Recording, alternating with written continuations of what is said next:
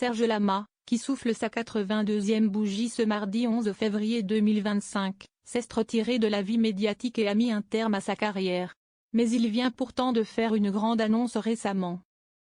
Véritable légende vivante de la chanson française, à qui l'on doit notamment le titre Je suis malade, Serge Lama avait annoncé la fin de sa carrière musicale avec un ultime album nommé Aimer en 2022. À peine un an plus tard, il s'était vu décerner une victoire de la musique d'honneur lors de la 38e cérémonie des victoires de la musique sur France 2.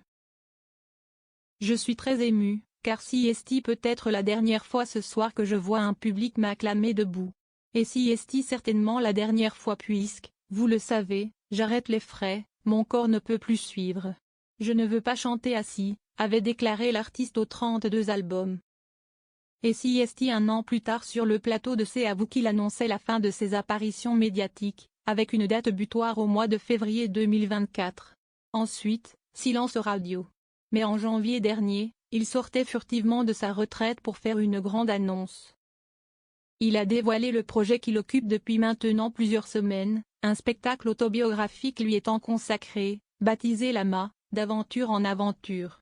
Un titre qui est un hommage à l'un de ses albums et l'une de ses chansons. Ce spectacle fera la part belle aux plus beaux morceaux du chanteur de 82 ans, un âge qu'il vient d'avoir ce mardi 11 février 2025. À noter enfin que quelques jours seulement après cette annonce, Serge Lama a fait une intervention surprise dans Télématin. Clovis.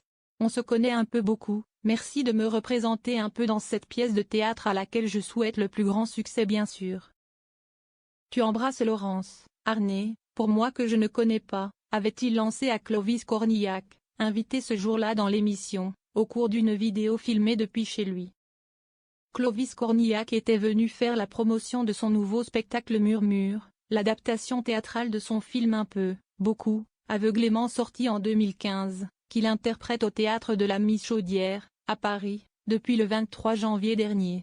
Dans son long métrage, le personnage Machin est un véritable fan de Serge Lama.